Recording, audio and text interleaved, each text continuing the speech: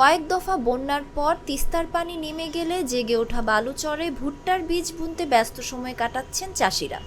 বিস্তীর্ণ চরে ভুট্টার পাশাপাশি আলু, পেঁয়াজ, রসুন, বাদাম ও বিভিন্ন শাকসবজি চাষ শুরু করেছেন তারা। বর্তমানে এই চর এলাকা এখানে ভুট্টা আবাদ প্রচুর পরিমাণ হয়। এই আবাদ করলে মোটামুটি একটু সঞ্চয় হয়। তো আবার বাজারে বর্তমানে এই বীজের দাম একটু বেশি, সারের দাম বেশি, তাই যদি বাজারটা ভালো হইতো তাহলে একটু সুবিধা হইতো।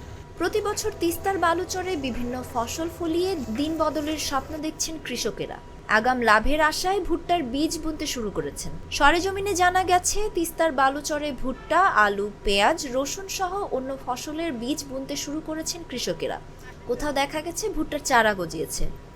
এবার মনে করেন যে 40 শতক মাটি গাড়ি এলাম আর একর হানি মাটি গাড়া দেবো, সব নদীর ভিতরে গেছে। তত ভুট্টার বীজ গত বছর নিয়েছিলাম 400, এবার হলো 700-800। সারের দামও বেশি। সরকারি রেট ঠিকই আছে, কিন্তু দোকানদারে ধরতেছে মনে করেন যে হাজার টাকার সার এখন ধরতেছে 1160 টাকা, 1200 টাকা। পোকামাকড়ের হাত থেকে ভুট্টার গাছ বাঁচাতে অনেকে কীটনাশক স্প্রে করছেন। লালমনিরহাটে ব্যাপক ফলনের কারণে জেলার ব্র্যান্ডিং পণ্য হিসেবে স্থান পেয়েছে ভুট্টা। বর্তমানে ভুট্টার বীজ ও সারের দাম বেড়ে যাওয়ায় হতাশায় ভুগছেন চাষিরা। যে বন্যার পর থেকে মনে করে এখন কি বলবো, জমি চাষ হয়েছে আর কি, জমি তৈরি হয়ে গেছে, এখন ভুট্টা লাগাবো আর কি।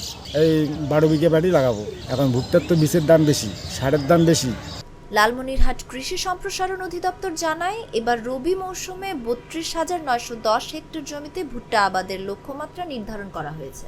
পানিটা যখন নেমে যাওয়ার পর আমাদের চরের মানুষের যারা কৃষিজীবী আছে তাদের মধ্যে একটা প্রাণচাঞ্চল্য সৃষ্টি হয়েছে। তারা তাদের জমিগুলো অলরেডি তৈরি করেছে এবং অনেক ফসলে তারা জমিতে বপন করেছে। চরে কিন্তু আসলে কোনো স্পেসিফিক ফসল না, চরের মাটিতে কিন্তু সব ধরনের ফসলই হচ্ছে। আমাদের গম থেকে শুরু করে শুধু যেটাতে বেশি পানির দরকার হয়, যেমন বোরো ধান, আমরা বলিও না যে চরের মধ্যে তারা বোরো ধান করবে।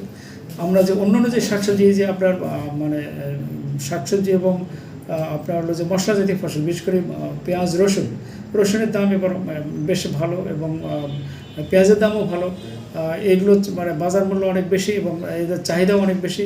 তো চরের মানুষ কিন্তু লাভজনক এগুলো আপনার পেঁয়াজ, রসুন, আলু, আগাম ফুলকপি, আগাম বাঁধাকপি বা অন্যান্য যে মরিচ, এগুলো কিন্তু তারা করতেছে। এবং চরে কিন্তু মিষ্টি কুমড়ার একটা বেশ জায়গা একটা জুড়ে মিষ্টি কুমড়া আবাদ হয় চরে।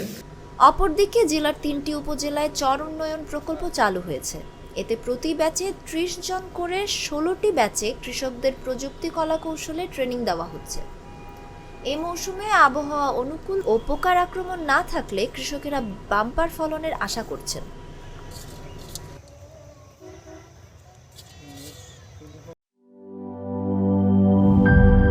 শিয়া বাটার ও ভিটামিন ই সমৃদ্ধ lily glam beauty soap. Lily, always beautiful.